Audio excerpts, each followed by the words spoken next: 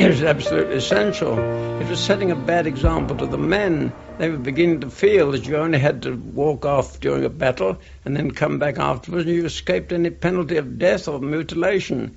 It was setting a bad example. It must have happened, and setting a very bad example. And desertion in peacetime is a bad thing to do, but in wartime, to desert when a battle is about to take place and leave all your comrades in the lurch was an unheard of thing, of course, and it must be punished in that sort of way. You've just heard the voice of Maberly Squire Esler, a British medical officer who served with the Royal Army Medical Corps and later alongside the frontline battalions in France. That recording was made in 1974, nearly 60 years after the war. In his recollections, Esler spoke of witnessing a soldier's execution and of believing that such punishments were necessary to maintain discipline in the chaos of war. It was a stark, uncompromising view, and one that may have been unpopular among later generations who came to see these executions as tragic miscarriages of justice. Esler's testimony reminds us that veterans did not all remember the war the same way. For him, executions were part of the machinery that held the army together, however grim the cost. Esler's words, recorded in 1974, remind us that some veterans believed executions were a grim necessity, the price of discipline in a war that threatened to unravel at any moment. It is a stark, uncompromising view, and one that may not have been popular even then. When we think of the First World War, we think of Vimy Ridge, we think of Passchendaele, we think of valor in the traditional sense. Men charging over the top, bayonets fixed, courage etched into the mud and the blood of the trenches. But there is a list of names, 25 of them. 25 Canadians who were executed by firing squad during the Great War. Their crimes were recorded as cowardice, desertion, or disobedience. Yet looking back through the lens of a century, those words do not fit the reality. Imagine you are 19 years old. You're a farm boy from Saskatchewan or a clerk from Toronto. You've never seen violence. Suddenly, you're living in a hole in the ground, and the noise is deafening. The stench of death, decay, and mud is unbearable, and you haven't slept in 3 days. The ground shakes so hard, your teeth rattle, and then your mind simply breaks. Today, we call it PTSD, post-traumatic stress disorder. We call it combat stress reaction. Back then, the generals called it a lack of moral fiber. And for that, some men paid with their lives. So imagine now it is dawn, the air is cold, heavy with silence, and a small group of soldiers gathers, rifles in hand. One man stands apart, blindfolded and waiting. He has been condemned not by the enemy, but by his own army. Within moments, the order will be given and his life will end. Hello and welcome to the 6th episode of Memory and Valour, a podcast dedicated to resurrecting the individual stories and quiet sacrifices of Canadian veterans. I'm your host, Samantha McCrae. Thank you for joining me at the crossroads where memory and valor meet. During the First World War, more than 300 British and Commonwealth soldiers were executed by firing squad, many of them at dawn. 25 of those men were Canadian. Behind the charges lay something deeper: exhaustion, trauma, and what we now understand as shell shock, what we now call post-traumatic stress disorder. This episode is about those men, ordinary soldiers caught in extraordinary circumstances, whose names were once erased from honor, but whose stories demand to be remembered. We will walk through their trials, their final hours, and the legacy they left behind. And we will ask, were they cowards or were they casualties of war in another form? Dawn is usually a time of promise. It's the return of the light. It's a new beginning. But for a specific group of young men in the muddy trenches of Flanders and France, dawn was not a beginning. It was an ending.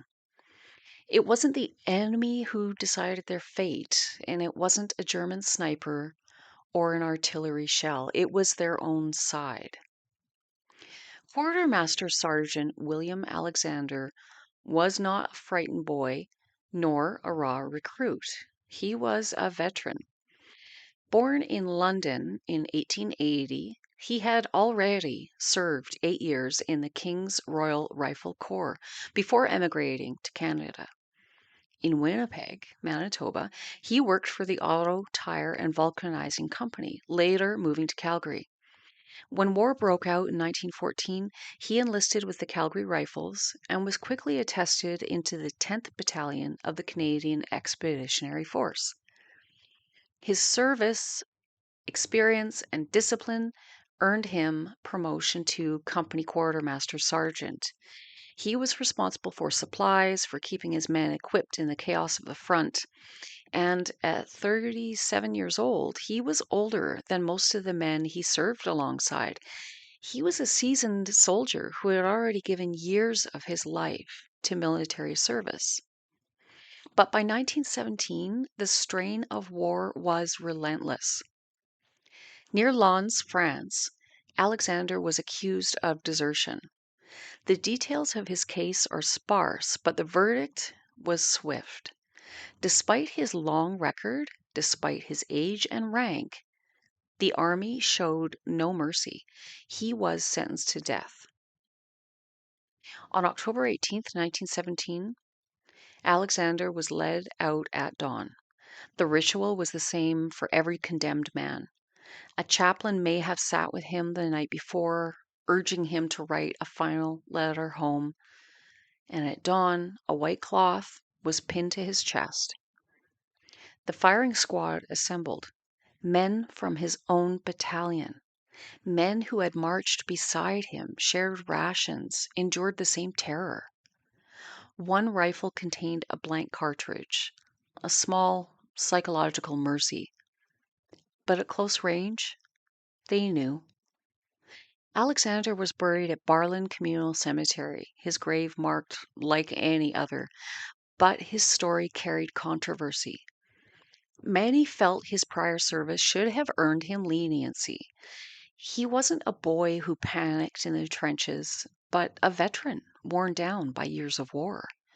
His execution showed that even rank and experience could not protect a man from the unforgiving machinery of military justice. For decades, his family carried silence and stigma. His name, like those of the other 24 Canadians executed during the Great War, was left out of honor rolls. Only later would history begin to see him differently, not as a criminal, but as another casualty of war's crushing weight. Executions in the Canadian Corps were carried out with ritual precision, but remembered with horror. The war diaries recorded them in cold, bureaucratic language. One entry from the 10th Battalion reads simply, quote, CQMS Alexander, executed for desertion, sentence carried out at Houdain, end quote. No detail, no emotion, just a line in the ledger of war.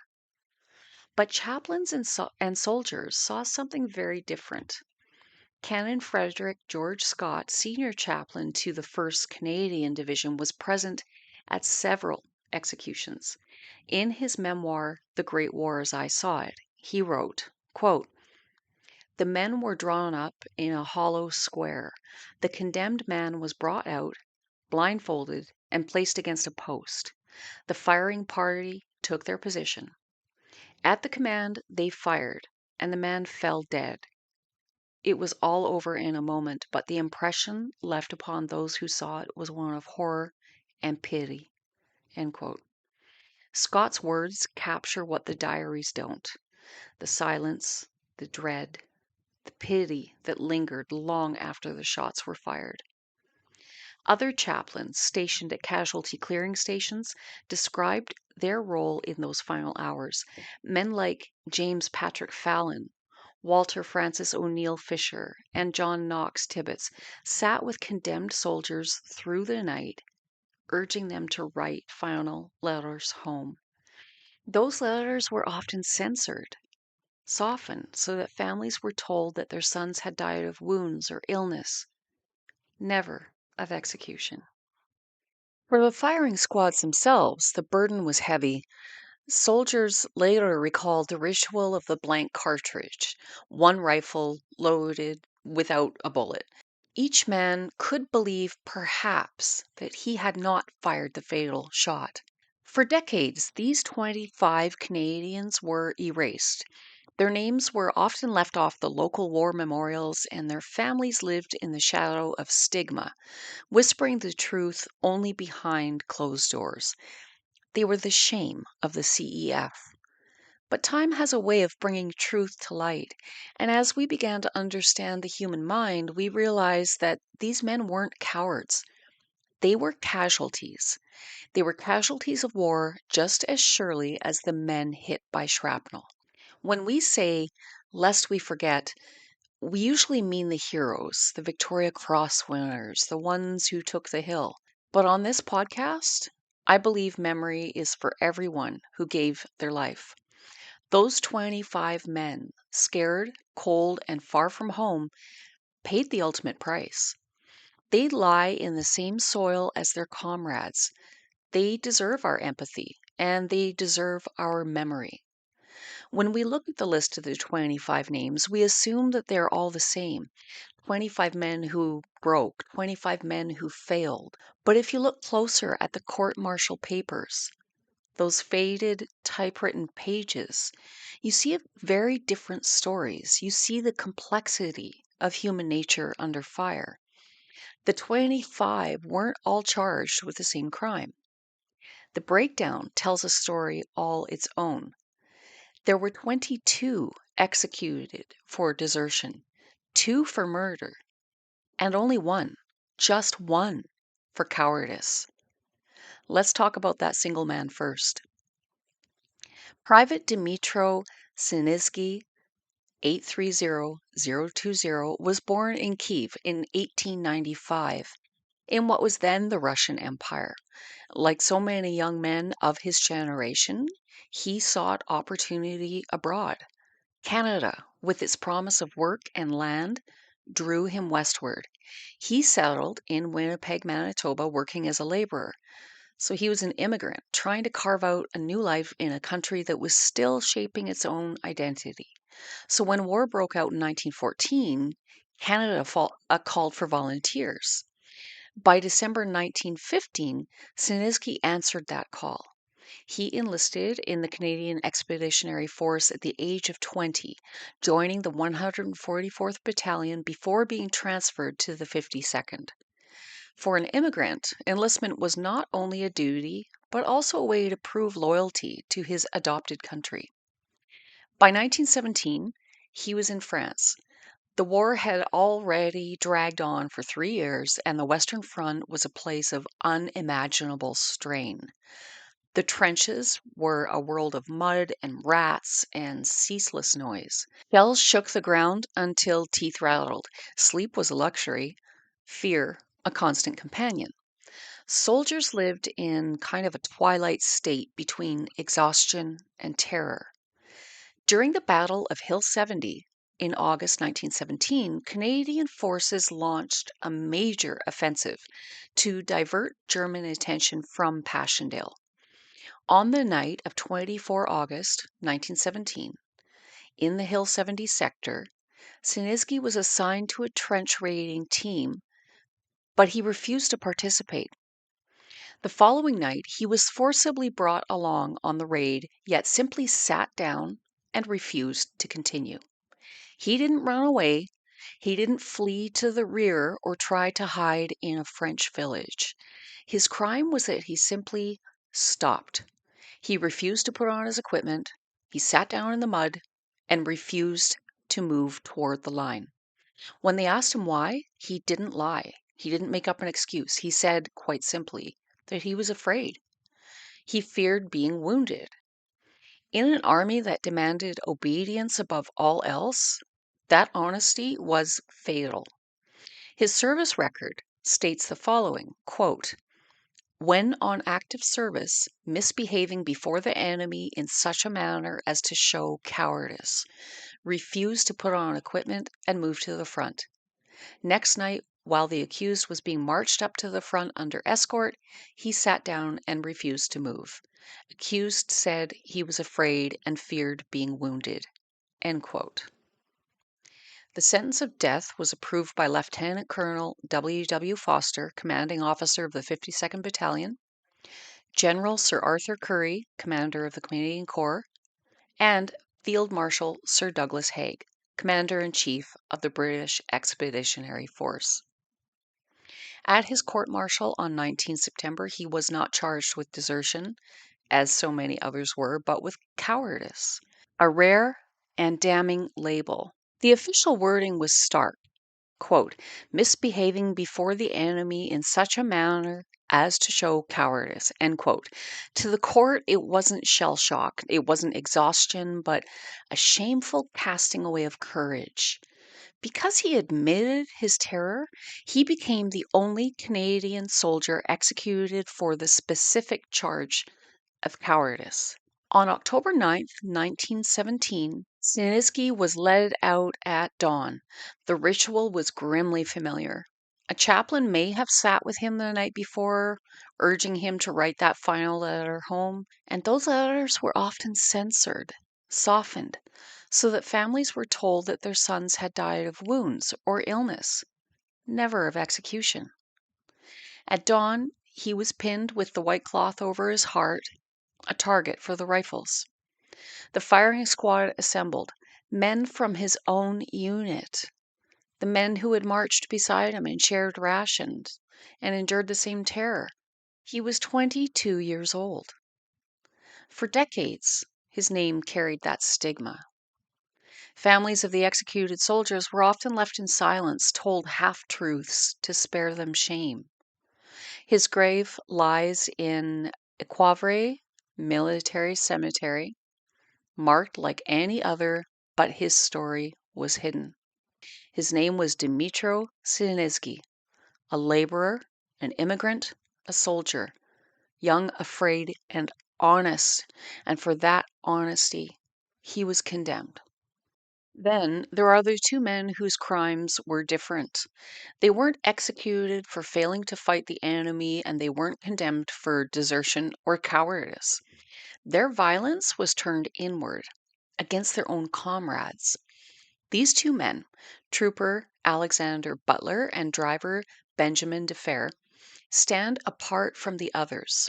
And because of that, they were excluded from the profound apology and pardon the Canadian government issued decades later. Their stories are tragic in a different way, marked not by fear of the battlefield, but by sudden, devastating acts that shattered the trust within their own ranks. Most of the Canadians executed in the Great War were condemned for desertion or cowardice, but these two men were different. Their violence wasn't against the enemy, but against their own comrades. So let's look at Trooper Alexander Butler first.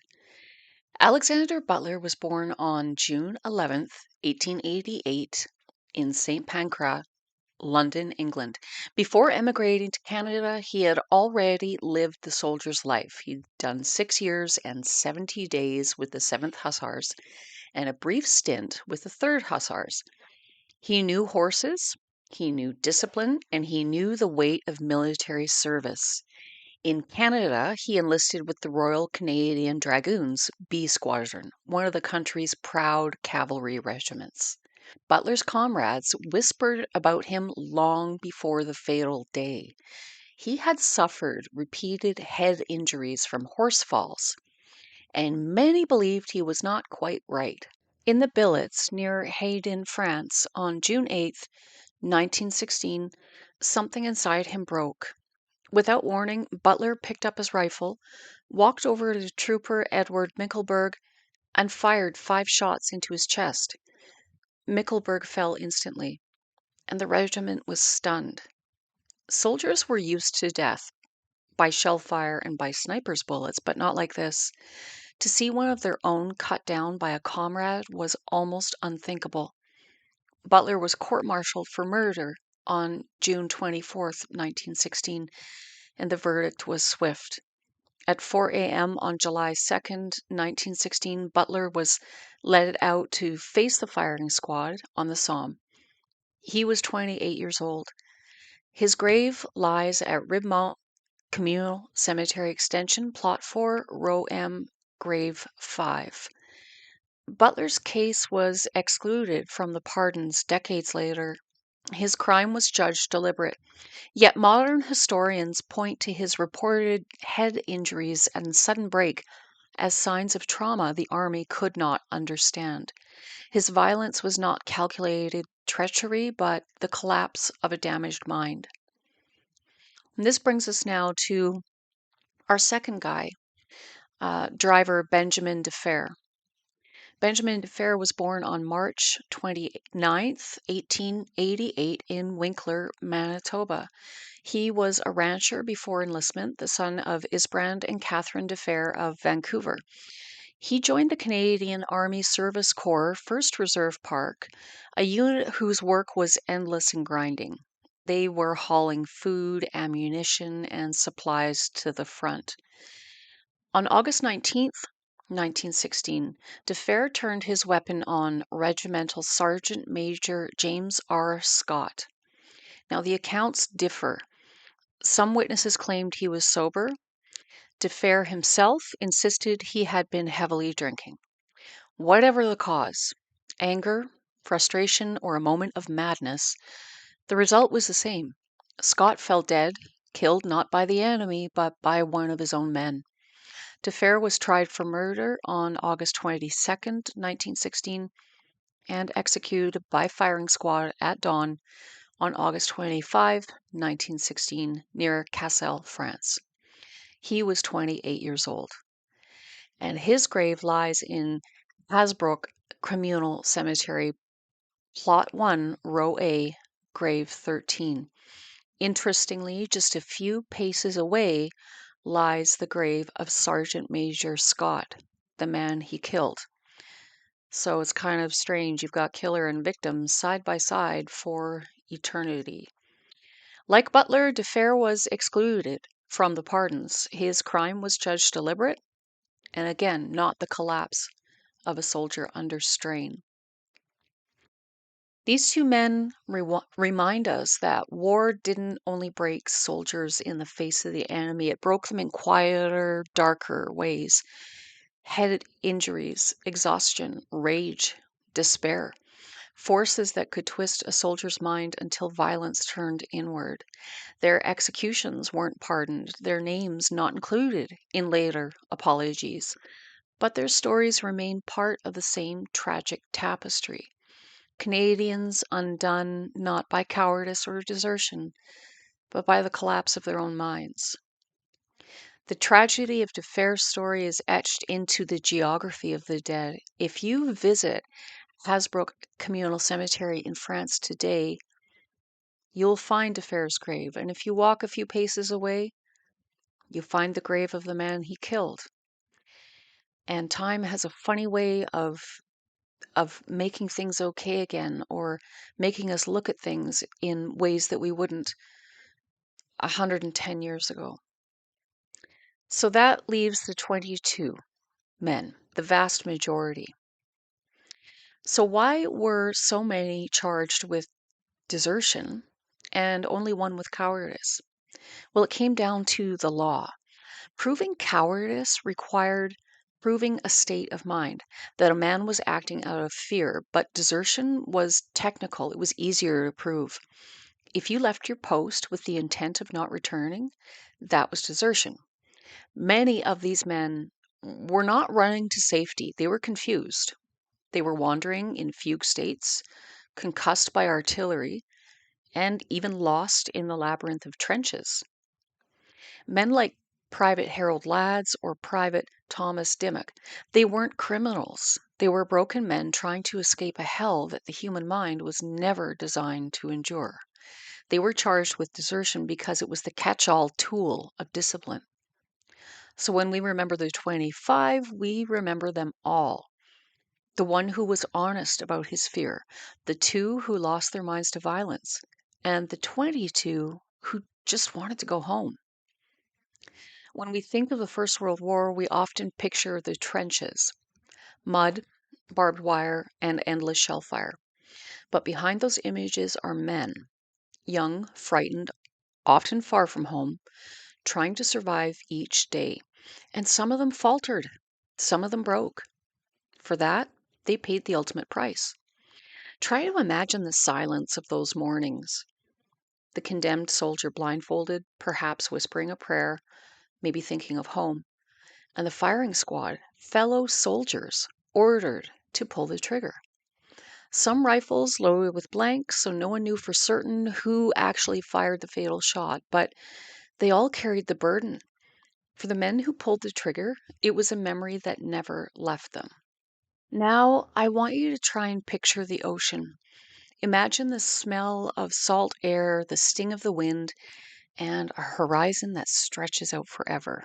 That was the world that Charles Welsh knew. Before the war, Welsh was a sailor. He was 30 years old, a man built by hard work and rough seas. He was used to danger, the kind of danger that comes from a storm where you fight against the elements to keep your ship afloat. In that life, on the water, you have space. You can breathe. But in 1915, Charles Welsh left the sea behind. He enlisted in the Canadian Expeditionary Force and was assigned to the 52nd Battalion. He traded the infinite horizon of the Atlantic for a hole in the ground in France no wider than a grave. By all accounts, Charles was a decent soldier. He wasn't a rebel and he wasn't anti-authority. He knew how to follow orders. I mean, he'd been doing it on ships his whole life. But the trenches do something to a man that the sea never does. The sea is wild, but the trenches are suffocating. As the months turned into years, the war began to wear him down. It wasn't a sudden break, it was a slow erosion. The constant shelling, the lack of sleep, and the sheer accumulation of horror. Charles began to disappear. He went missing more than once. Sometimes he would find alcohol, anything to numb the noise, anything to stop the shaking. Other times he would just wander away. He wasn't trying to join the enemy. He wasn't trying to sabotage the war effort. He was just overwhelmed. He was a man drowning, but there was no water, only mud. This is the part of the story that really stays with me. Usually when a soldier is court-martialed for desertion, you expect the officers to testify against him. You kind of expect them to say that he was a bad apple. But with Charles Welsh, it was different. His own officers, the men who led him, testified to his good character. They stood up in that court and they pled for leniency. They told the judges essentially, this is a good man. He's just broken. Give him a chance. They saw the human being beneath the uniform, but the army in 1918 didn't have the patience for broken things. The war was reaching its climax. The logic of the military machine was cold and mathematical, so discipline had to be absolute. The pleas of his officers were ignored, and the verdict was guilty. The sentence was death. It happened in Mazingarbe, France. The date was early August 1918, and it's heartbreaking. If Charles could have held on for just 3 more months, just 3, he would have seen the armistice. He would have seen the end of the war. Instead, at 30 years old, the sailor who survived the rough seas met his end against a wall in a French village. And he didn't die because he was a villain. He didn't die because he was a traitor. Charles Welsh died because he was exhausted. The transcript of his court-martial still exists, and when you read the faded typewritten pages, you see a desperate struggle between humanity and the rules of war. It's rare for an officer to defend a deserter, but Lieutenant J.D.P. MacPhail, Welsh's platoon commander, took the stand. He testified under oath, quote, "I have found him a willing and hard-working soldier. He has always done his work well in the trenches." End quote. It was a plea for mercy from a man who knew him best. And then Charles was asked to speak for himself, and he didn't make up a story or try to blame anyone else. He simply told the court what had happened to his mind. He said, quote, "My nerves are all gone. I have been out here since February 1916, and I cannot stand the shelling." It was the truth, but in 1918, the truth was not a defense, it was a confession.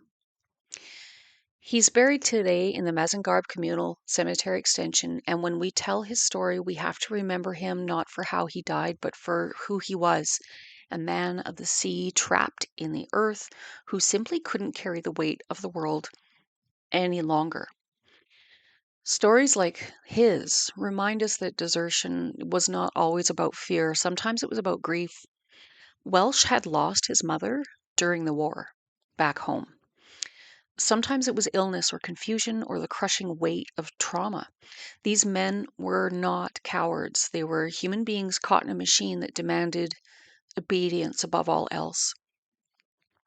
In 1974, the Imperial War Museum recorded the memories of Dr. Maberly Squire Esler. Again, he was the British medical officer who served with the Royal Army Medical Corps during the First World War. Esler's service took him from the wards of the Royal Victoria Hospital at Netley in 1915 to the mud and the chaos of the Western Front, and later to Salonika, Greece, with the 9th Border Regiment. By 1917, he was back in France, attached to the 2nd Battalion, Duke of Cambridge's own Middlesex Regiment. In this interview that I'm going to play for you next, Esler recalls one of the most haunting duties he ever witnessed: the execution of a fellow soldier. What you're about to hear is a rare, first-hand account. It's not the voice of a historian looking back, but of a man who was actually there, who saw the ritual unfold, and who carried that memory for the rest of his life. The colonel sent for me and said, "I have a very unpleasant duty for you to perform, which I won't like any more than you do." And then he told me what it was all about. Apparently one of our men, our own men, had absented himself from the front line on 2 occasions when a battle had started. And after the battle was over, he came back and made some excuse that he'd mislaid the way.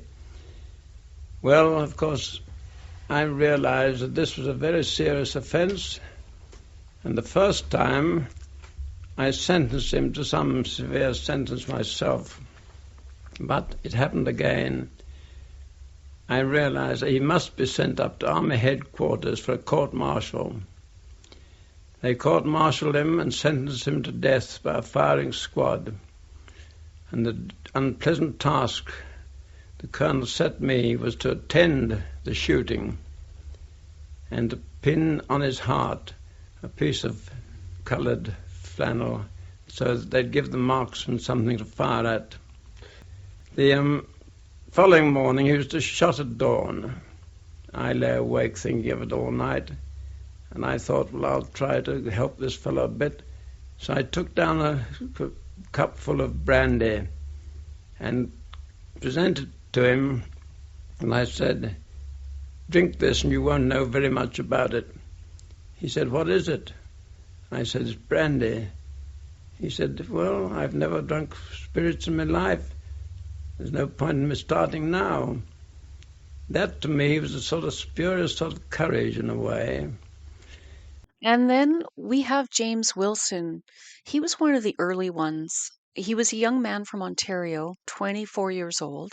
There was a wave of patriotism that swept through Canada, and James was caught up in it. He didn't wait to be drafted. He didn't wait for the war to come to him. He enlisted early. He joined the 2nd Battalion because he wanted to do his part. But the war that James Wilson imagined in Ontario was very different from the war he found in France. By the summer of 1916, the war had changed. It was no longer about adventure, it was about industrial slaughter. James found himself in the preparations for the Battle of the Somme. If you know your history, you know that name. The Somme. It was a meat grinder. The sheer scale of violence in 1916 is hard for us to comprehend today. The noise was constant and the ground was shaken by millions of shells. And men weren't treated as individuals anymore. They were just fuel for the fire. And somewhere in that chaos, James Wilson's resilience gave out. He deserted. Now, we don't know the exact moment he broke. We don't know if it was a specific shell explosion or just the accumulated weight of fear. But we know that while the army was gearing up for its biggest offensive, James Wilson tried to leave it behind. And he was caught. And this is where the timing is so brutal. The Canadian Corps and the British Army were under immense pressure. They were taking thousands of casualties a day. In that environment, the high command felt that they couldn't afford mercy. They believed that the only way to keep men in that living hell was through the strictest discipline imaginable. James Wilson was tried. The system that was designed to fight the Germans turned its gaze upon him, and the sentence was death. We don't have to guess how James Wilson spent his final hours. We know because someone was sitting on the floor beside him. Frederick Scott was the senior chaplain of the 1st Canadian Division. We've spoken about him a few times. And he was a man who had seen the worst of the war, yet he spent that night in the cell with James. And Canon Scott later wrote about that morning in his memoirs. He described walking James to the place of execution. He wrote, quote, "The morning air was fresh and cool. The birds were singing in the trees. It seemed hard to realize that in the midst of a world of such beauty that the dark tragedy of war was to claim another victim." End quote. That was the human reality. The birds, the cool air, the fear. But the military reality was much colder.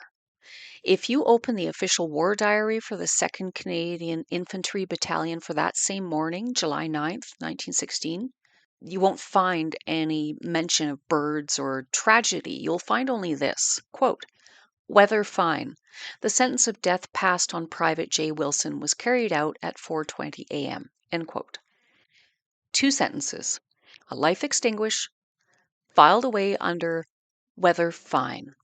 On July 9th, 1916, just over a week after the Somme offensive began, James Wilson was led out at dawn near Boulogne.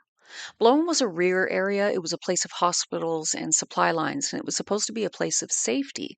But for James, it was the end of the road. He was 24. He stood before a firing squad of his own countrymen.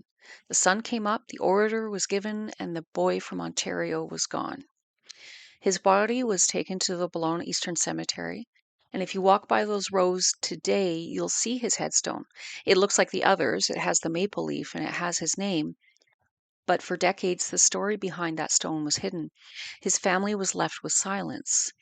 They were left with the shame of a dishonorable death, while other families mourned heroes.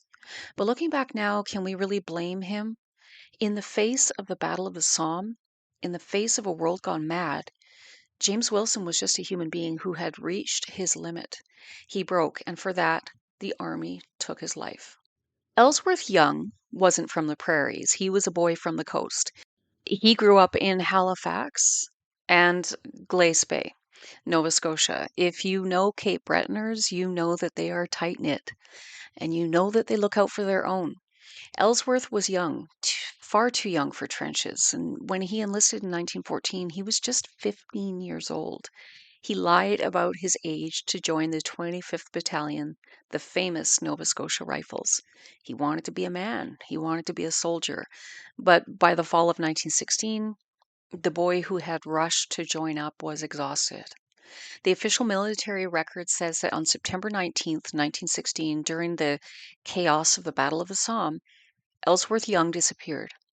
He was found days later, miles behind the line, wearing a uniform that wasn't his. But the family back in Glace Bay tells a different story, a story that changes everything. According to his great niece, Mary Lou McDougall, Ellsworth hadn't run away out of cowardice. He had gone on leave. And while he was away from the mud and the blood, he met a girl, a French girl. For a few days, he wasn't Soldier 67882. He was just Ellsworth. He was a teenager in love. When his leave ended, he didn't want to go back. He stayed too long. He was late returning to his unit. In the eyes of a 19-year-old boy, being late is a mistake. In the eyes of the British military law of 1916, it was a capital offense. He was arrested. The trial was short. The army was reeling from the Somme, and they needed examples. They didn't see a boy who had lost track of time. They saw a deserter, and so the sentence was death. On October 29th, 1916, Ellsworth Young was led out into the cold morning air at the Bully-Grenay Communal Cemetery. He was 19 years old. For 90 years, his name was rarely spoken in Glace Bay. The family didn't tell stories about his bravery. They hid the truth. His great niece, Mary Lou, described it as a blot of shame that hung over them. She said, quote, "I can remember my mom saying it sort of put a blot of shame on the family, and that stayed with her all those years. She worked hard and diligent trying to get this cleared up." End quote. Think about that. A mother and sister carrying the weight of that silence for a lifetime, not because Ellsworth was a criminal, but because he was a boy who tried to steal a few extra moments of happiness before the end. Today, Ellsworth Young lies in grave 2B14 at Bully-Grenay. We don't remember him as a deserter anymore. We remember him as the boy from Glace Bay who just wanted to live. It's easy for us 100 years later to see this as pure cruelty. But to understand the tragedy, we have to look at the logic of the men at the top. General Arthur Currie, the commander of the Canadian Corps, was a man under immense pressure to hold the line. He didn't view these executions as murder. He viewed them as grim necessity. In a letter regarding discipline, Currie laid out the cold mathematics of the firing squad. He wrote, quote, "I am of the opinion that it is necessary to make an example of this man. There are a number of men who will only be kept in the trenches by the fear of the consequences of leaving them." End quote. To make an example, that is the heartbreaking reality. These 25 men didn't just die for their own mistakes, they died to terrify the other men into staying in the fight. They were like ghosts created to haunt the living. Private Edward Ted Francis of the 16th Battalion, Royal Warwickshire Regiment, aka the Birmingham Pals, was interviewed in 1995 about his experiences in the First World War. Some, as I've told you, couldn't stand it and wanted to walk out, which inevitably they got shot. About 3 or 4 weeks later that the man was arrested, whatever he'd done or not done, we was lined up at the back of the trenches. When we was out of the trenches, we was lined up on a field. This is 2 or 3 mile out of the trenches, and a man on a horse, a red tam man, high man, South African ribbons on, old enough to be my father. He pulled out a bit of paper and read that on such and such a date, Private so-and-so was found guilty of desertion in the face of the enemy and shot accordingly. So then there is the story of Private John Higgins. John wasn't a teenager. He was 25 years old, born in Charlottetown, Prince Edward Island. Before the war, he was a molder. He worked in foundries, pouring molten metal into shapes and working with extreme heat and heavy materials. So he was a man who understood how to build things that were strong and things that lasted. So he joined the 1st Battalion, the pride of Western Ontario. But by late 1916, the war had moved to the Somme, and the Somme didn't care about your strength. In the middle of the fighting, John Higgins didn't just break, he vanished. The records say he left his platoon without orders while they were moving up the trenches. He was gone for 16 days. 16 days. We don't know where he went. Maybe he found a cellar. Maybe he just walked until his legs stopped working. But when you're a molder, you know that even iron has a melting point. If you apply enough heat and enough pressure, the strongest metal in the world will turn to liquid. The court-martial didn't see it that way. They saw a soldier who had abandoned his post for over 2 weeks. So on December 7th, 1916, the man who had spent his life shaping iron was executed by a volley of lead. He is buried in the Quatre Vents Military Cemetery. So if the story of John Higgins is about strength failing, the story of Private Henry Kerr is about a system that failed the man. Henry served with the 7th Battalion from British Columbia, but Henry was fighting a war inside his own body long before he reached the front. He had contracted syphilis. In 1916, the treatment for that disease wasn't antibiotics. It was an awful regime of heavy metals, specifically mercury and arsenic. These were poisons. Doctors knew that they caused tremors, confusion, and paranoia, and that they attacked the nervous system. The men in Henry's unit knew he wasn't right. They saw the shaking, they saw the instability. In fact, his own comrades reportedly asked their officers not to send Henry to the front line. They knew he was medically unfit and they tried to protect him. But the war machine needed bodies. So to understand Henry's terror, you have to understand where they were sending him. This was the Battle of the Somme. It was late autumn, the rains had come, turning the battlefield into a soup of mud that could swallow a man whole. The Canadians had just spent weeks fighting for the ruined village of Courcelette. They had taken the village, but the killing wasn't over. Just north of the ruins, the Germans had dug in. They called it Regina Trench. It wasn't just a ditch. This was the longest trench in the German line. It was a mile-long fortress of earth, barbed wire, and machine guns that looked down on the Canadians. For weeks, battalion after battalion had thrown themselves at Regina Trench, and they had been cut to ribbons. It was an absolute slaughterhouse, and that is where they ordered Henry Kerr to go. A man shaking from mercury poisoning, his mind unraveling, ordered to charge into the deadliest trap on the Somme. Terrified, poisoned by his own medical treatment, and mentally unraveling, Henry hid in a dugout. He refused to come out for the assault. He was physically pulled out, court-martialed, and sentenced to death. On November 21st, 1916, Henry Kerr was executed. He was killed by the army that force-fed him arsenic to cure him, and then shot him when that cure broke his mind. To really understand the razor-thin line between a hero and a victim, we have to look at two men who were standing in almost the same exact mud, the same spot, at the exact same time. One was Private Henry Kerr, the man we just spoke about, the man poisoned by his own medicine, and the other was a young man from Winnipeg named Private Harland Pemble Smith. Harland was my great-granduncle, my great-grandma's little brother. He enlisted in Winnipeg with the 61st Battalion, regimental number 460614. Like thousands of others, he was sent to France in 1916 to feed the guns of the Somme. By early October 1916, Harland was right there in the shadow of Regina Trench. It was the same objective that terrified Private Henry Kerr.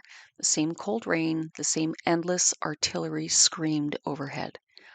On October 8th, 1916, just days before Henry Kerr would refuse to move, Harlan Smith went over the top. The fighting that day was ferocious. It was hand-to-hand combat with bayonets in a maze of barbed wire and shell holes. And in the chaos of that day, Harlan was wounded. He took a hit, but he survived. He was evacuated behind the lines. He was treated as a casualty of war, a man who had done his duty and paid a price in blood. The shrapnel wound to his thigh didn't heal very well, and he was eventually sent home with his life. Now look at Henry Kerr. Henry was in the same sector, facing the same terrifying trench. Just days later, the conditions were identical and the fear was identical, but here's the difference. Where Harlan was physically wounded by shrapnel, a wound you could see and a wound you could bandage, Henry was wounded by something invisible. His mind, poisoned by mercury and shattered by trauma, simply wouldn't let him move. Because Harlan bled, he got a hospital bed, and because Henry shook, he got a firing squad. Both men entered the hell of Courcelette. One came out a veteran, the other came out a criminal.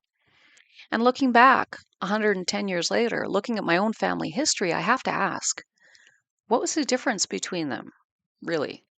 Character? Or was it just luck? To understand the firing squads, we have to first understand the daily brutality of military justice. Try to imagine that you're a commander in 1916. You have a soldier who is drunk on duty or who talks back to a sergeant or loses his shovel. In civilian life, you'd send him to jail. But in the trenches, you can't do that. You can't spare the manpower. And frankly, a jail cell in the rear would feel like a vacation compared to the front line. You cannot reward bad behavior with safety. So that idea, that thought kind of brings us back to the very beginning of the podcast when I played that clip of Dr. Esler talking about men who he deemed cowards or deserters were a bad example to the other men. And so now we're going to listen to Private Ted Francis and kind of his own experience with that. I had no time for the officers, small or large. And of course I fell out with the military police only once when I was wounded in the hand, and they put me some food which was supposed to be my lunch. I said I wouldn't give my dog that, and unknown to me, a police sergeant at the door, military police, heard it. And he followed me to the canteen where I bought some decent food. This is one of the few times we was out, well out, to a village where shops was open. And when I came out, hey, you, name, number, regiment. I said, what's all this about? What's the charge?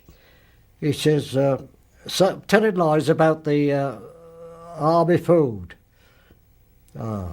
He says, you'll appear before the colonel tomorrow morning. Be here at 9 o'clock. Well, I came there, and an old man, well, he was old enough to be my grandfather, at the desk, he pulled out a bit of paper before the policeman spoke, and he says, 6 weeks pay stopped.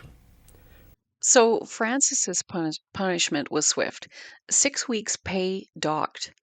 For a private soldier, that was no small loss. It meant hardship for his family back home, and a reminder that even words could carry heavy consequences in wartime.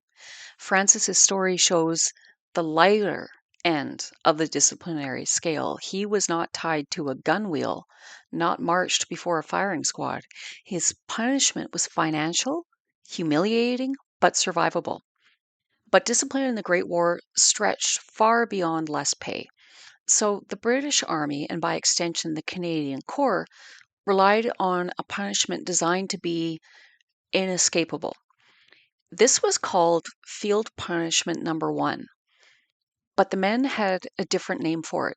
They called it the crucifixion. Men guilty of drunkenness, insubordination, or minor desertion were tied to a fixed object, often a gunwheel or a fence post, for up to 2 hours a day, sometimes for weeks, no matter the weather.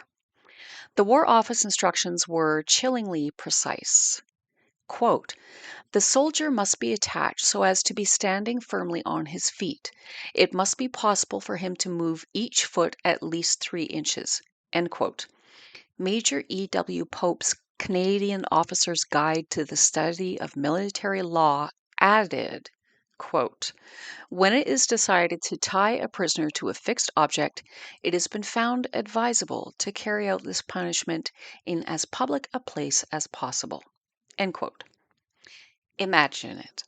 A man lashed to a gunwheel, exposed to the elements, his comrades marching past him on their way to the front. This punishment was not only physical, it was psychological, designed to shame the offender before his peers. From Francis's docked pay to the ropes of field punishment to the rifles of a firing squad, the spectrum of discipline reveals the Army's relentless grip on its men. Every complaint, every act of defiance, every faltering step was judged and punished. Walter Underwood was a Canadian private with the 7th Battalion, 1st British Columbia. In January 1915, he missed roll call, not out of defiance, but because he had gone to visit his brother. The Army's response was unforgiving. For that absence, Underwood was sentenced to field punishment number 1. In 1964, he was interviewed by the BBC. I was given 7 days number 1 field punishment, which consists of being crucified on a wagon wheel. That is, you're handcuffed spread eagle with the hub of the wheel in your back and your legs handcuffed to the wheel and your wrists spread out. And you do 2 hours up and 4 hours down for 7 days, day and night. And when you get through, you wonder why, and while you're there, you wish you could contact anybody that created the thing or made it possible, because you'd sure kill them. And the cold, it was January 1915, and to get when they took you down, they had to rub you to get circulation going in your limbs, because it was really cold, January. And the reason was only I missed a roll call.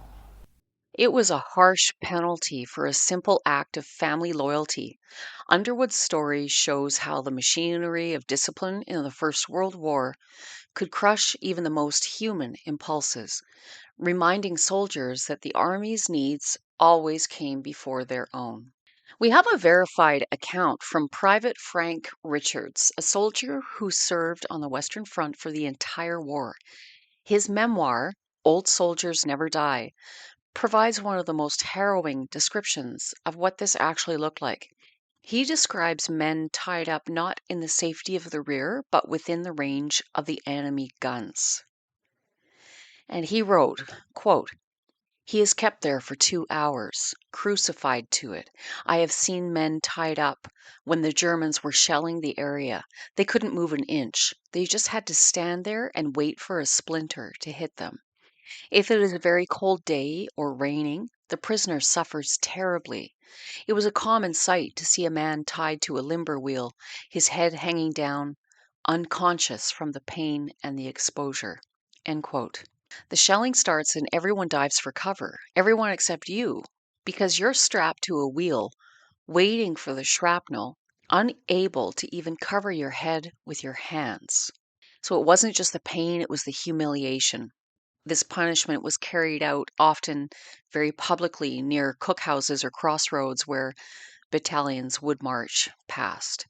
Canadian soldiers were not exempt from this. In fact, the Canadian Corps was known for its strict discipline.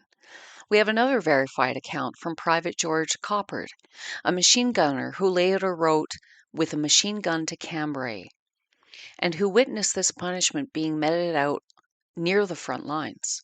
He wrote about the psychological toll it took, not just on the prisoner, but on the men watching.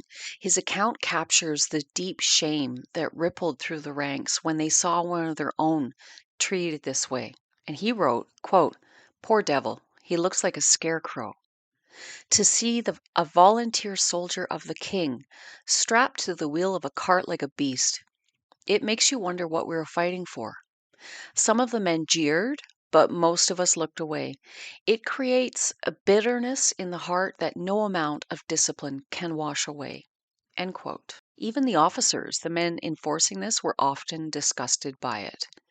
Robert Graves, the famous war poet and officer in the Royal Welsh Fusiliers, wrote about the deep resentment this punishment caused. In his book, Goodbye to All That, he noted that field punishment number 1 didn't make men better soldiers, it made them harder, and it made them hate. He recounted seeing a man from a Canadian unit tied up in 1915. He wrote, quote, I saw a man, field punished number 1, in a village near the front line. He was screaming. The straps were cutting into his wrists. It was barbaric. It was the sort of thing that made men want to shoot their officers rather than the Germans. End quote. This is the crucial context for the 25 men executed at dawn. They weren't operating in a vacuum. They were living in a system where discipline meant being tied to a wheel in the freezing rain until you passed out. When you treat man like an animal, you strip away his dignity, and once his dignity is gone, his breaking point is not far behind. For some of the 25 Canadians that we remember today, the road to the firing squad didn't start with a crime. Sometimes it started on the wheel. On a damp April night in 1917, just days after the victory at Vimy Ridge, a 23-year-old soldier named Private Harold Carter sat in a holding cell writing a final letter to his mom in Toronto. He was not writing from a hospital bed or a trench dugout, but from the confinement of a military prison awaiting execution at dawn. Carter had been convicted of desertion, but his final words were not those of a criminal. They were the desperate pleas of a confused young man who had lost his way in the chaos of the battlefield. I did not desert, he wrote. He described getting lost in the mud and the dark, separated from his unit, wandering in a daze that modern medicine would almost certainly diagnose as acute stress reaction or PTSD. But in 1917, the military tribunal saw only failure of duty. So at 4:30 a.m. on April 20th, the firing squad carried out the sentence. For the vast majority of the 20th century, the story should have ended there. The families of the shot at dawn were left to mourn in suffocating isolation. While neighbors celebrated their fallen heroes with parades and granite monuments, the Carters and families like them were handed this legacy of silence. There were no pensions for the parents of cowards. There were no names carved into local cenotaphs. The shame was so pervasive that many families destroyed letters, photographs, and medals, effectively erasing their sons from history to protect the living from social ruin. The silence held firm for nearly 90 years. It took a generation of historians and advocates to peel back the layers of stigma and reveal the medical reality beneath the military verdicts. The understanding of shell shock shifted from a character flaw to a psychological injury, transforming the narrative of men like Carter from traitors to casualties. So finally, out of Britain, we have the story of Private Harry Farr. And his story is probably one of the more well-known ones because Private Harry Farr's daughter and granddaughter both advocated pretty well their entire lives to have the narrative rewritten. So I'm going to read this next segment from my book, which is entitled The War That Stayed, Shell Shock, the Iron Harvest, and Shot at Dawn. Private Harry Farr's execution on 18 October 1916 remains one of the most haunting examples of how psychological trauma was misjudged as treason. Farr served with the 1st Battalion, West Yorkshire Regiment, and had previously been hospitalized for symptoms consistent with shell shock. He had tremors, mutism, and an inability to write. His wife, Gertrude Farr, recalled receiving letters written on his behalf by strangers because he could no longer hold a pen. Now, these strangers, you have to understand, they would have been nurses who would have written on his behalf while he was hospitalized. So in September 1916, during the Battle of the Somme, Farr declined to return to the front. He was subsequently arrested and charged with cowardice, which was considered a capital offense under the Army Act. Despite his medical history, Farr was not provided with legal representation, and his court-martial proceedings lasted merely 20 minutes. He was sentenced to death and executed by firing squad at the age of 25. Gertrude Farr's testimony, recorded in 1993 by Imperial War Museum, reveals the devastating aftermath. She received a vague letter from the War Office informing her of her husband's death, with no explanation of the circumstances. Her widow's pension was stopped. She was evicted from her lodgings, forced to work as a housemaid in Surrey and London to support herself and her daughter. The military had refused to recognize his condition as grounds for leniency, and Gertrude's granddaughter, Janet Farr, later joined the campaign to clear his name, describing the family's long struggle with shame and silence. So now let's listen to Gertrude Farr. Remember, this was recorded in 1993. They sent me a letter, and the letter from the War Office, and all it said was, "Dear Madam, we regret to inform you that your husband has died. He was sentenced for cowardice and was shot at dawn on the 16th of October. They were the exact words. That was all I got. I got hold of that letter, and I had a blouse on at the time, and I pushed it right down in my blouse, so petrified I was, in case anybody saw it. And nobody did see it. Nobody knew. My mother didn't know. And I should have gone up and told my mother, but I didn't want to tell her. I didn't want nobody to know what happened. And they did not know until my pension was stopped at the end of the 6 months. Then they all knew I hadn't got a pension, and I had to tell them the reason why. I had to go to the Soldiers and Sailors Orphanage for help. The post people told me to go there. You go and see if you can get relief, they said, dear. You haven't got any pension come through yet. But then I got this letter from the War Office saying, owing to the way your husband died, both you and your daughter are not eligible for the pension. That's all I got. And that was all I heard from them. Nothing more. No. Nobody knew. I wouldn't tell anybody. Well, I don't know. I thought it was so terrible, I suppose. I felt I was on my shoulders, all that stigma. He had no grave, apparently. Didn't know, nobody knew. The chaplain in France did all he could for me. Gertrude's voice, preserved in the Imperial War Museum's Oral History Archive, remains a powerful reminder of the human cost of war and the long shadow cast by institutional failure. Gertrude was also quoted as saying, "He wasn't a coward, he was ill, and they shot him like he was nothing. The chaplain that was there when my husband was shot wrote to the vicar at our church. He said, 'I was with him when he was shot, and tell his wife he was no coward. A finer soldier never lived.' And then he told me that when the firing squad came to fire the shot, he refused to be blindfolded. He wouldn't be blindfolded. He stood open-eyed. When the vicar came to me from the chapel, he was horrified. He said, 'To think they sent you that letter,' he said. 'How awful.'" End quote. In 2006, following years of advocacy, the British government posthumously pardoned Harry Farr and 305 other soldiers executed for offenses now recognized as related to psychological trauma. While the pardon did not annul their sentences, it acknowledged that Farr and the others were victims of a system that failed to differentiate between psychological collapse and cowardice. His story has become a symbol of the moral failure in wartime justice and signifies the ongoing journey to acknowledge invisible wounds. So for nearly a century, the families of the executed men fought a quiet, agonizing battle against the official record. They were up against a military history that viewed their sons as criminals and a government bureaucracy that viewed the court-martial verdicts as final.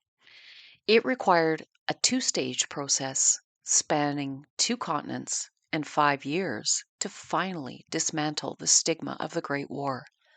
The first crack in the wall of silence appeared in Canada. By the turn of the millennium, the understanding of shell shock had evolved into a compassionate recognition of psychological trauma, forcing the government to revisit the files of the 23 Canadians shot at dawn. On December 11th, 2001, Veterans Affairs Minister Ron Duhamel rose in the House of Commons to offer a carefully worded resolution. Because the soldiers had been tried under British military law, Canada argued it did not have the legal authority to grant a technical pardon. Instead, Duhamel offered something perhaps more emotionally resonant, a profound expression of regret and a restoration of memory. He said, quote, "We can give these 23 soldiers a dignity that is their due and provide closure to their families." End quote. Duhamel told the House, adding that he felt deep sorrow for their loss. With those words, the names of the executed were inscribed into the Book of Remembrance in the Peace Tower in Ottawa, placing them beside the heroes of Vimy and Passchendaele. However, the legal stain of guilt remained until the British government acted 5 years later. In London, the campaign for exoneration had been fierce, driven by families who wanted more than sympathy. They wanted their ancestors' records wiped clean.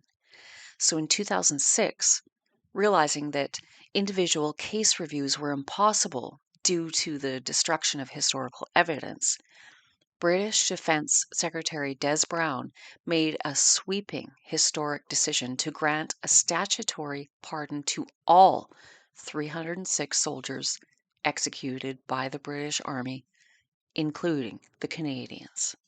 Brown acknowledged that while the commanders of 1916 followed the law of their time, the morality of the 21st century demanded a different verdict. Brown said, "I believe it is better to acknowledge that injustices were done and the suffering of families was not adequately recognized." Brown stated, noting that it was time to draw a line under history. These two moments, Canada's emotional restoration and Britain's legal exoneration, combined to close the circle. For decades, these executed soldiers were left out of remembrance. Their names were not spoken at cenotaphs. Their families carried shame. It wasn't until 2001 that Canada formally apologized, and in 2006, Britain granted posthumous pardons to over 300 men, including the 23 Canadians. At last, history began to see them not as criminals but as victims of war's cruelty. The cowards were finally recognized as casualties, their deaths tragic not because of lack of courage, but because they were broken by a burden no human should have to be asked to bear. When the pardon was announced in 2006, it didn't change the past. Harold Carter was still gone. But for his descendants and for the families of the other 305 men, it rewrote the ending of their story. The blot of shame that had been passed down through generations was finally lifted. In Ottawa, the pages of the Book of Remembrance were unlocked, and the names of 23 were inscribed in calligraphy alongside their comrades. After a century of darkness, the letter Harold Carter wrote to his mother could finally be read, not as an excuse, but as a testament to the terrible human cost of war. The landscape of the Western Front is dotted with terrible geometry of remembrance, row upon row of identical white headstones, standing like silent sentinels over the fields of Flanders and the Somme. For generations, visitors have walked these quiet aisles, assuming a shared narrative of heroic sacrifice in the face of the enemy. But hidden among the fallen lie the men who died staring down the barrels of their own comrades' rifles. For years, their story was the shadow cast by the blinding light of victory, a subject too painful to speak and too shameful to acknowledge. The The pardons of the early 21st century did more than simply correct a legal record. They expanded our definition of what it means to be a casualty. We now understand that a mind shattered by continuous artillery fire is as lethal a wound as a body broken by shrapnel. The men executed for desertion or cowardice were not villains who rejected their duty. They were human beings crushed by the impossible weight of industrial warfare. They were fighting a battle within themselves against fear, confusion, and trauma that they ultimately lost. By bringing these men back into the fold, we acknowledge that the war did not only kill the brave and the bold, it also killed the fragile, the confused, and the broken. The restoration of their names allows us to see the conflict in its full, unvarnished tragedy. And so when we stand at memorials today or walk among the rows of white headstones, we must remember that some of those graves belong to men who were shot at dawn. Their sacrifice was different, but no less real. They too were casualties of the Great War. They remind us that the cost of conflict is not just measured in territory gained or lost, but in the breaking of the human spirit. By remembering them, we don't diminish the bravery of the volunteer. Rather, we acknowledge the totality of the war's horror, finally embracing every soul it consumed. I want to thank you for joining me to listen and to learn about the darker and in some ways hidden pieces of our history. Thankfully, we no longer look at veterans affected by their combat experiences with shame or judgment.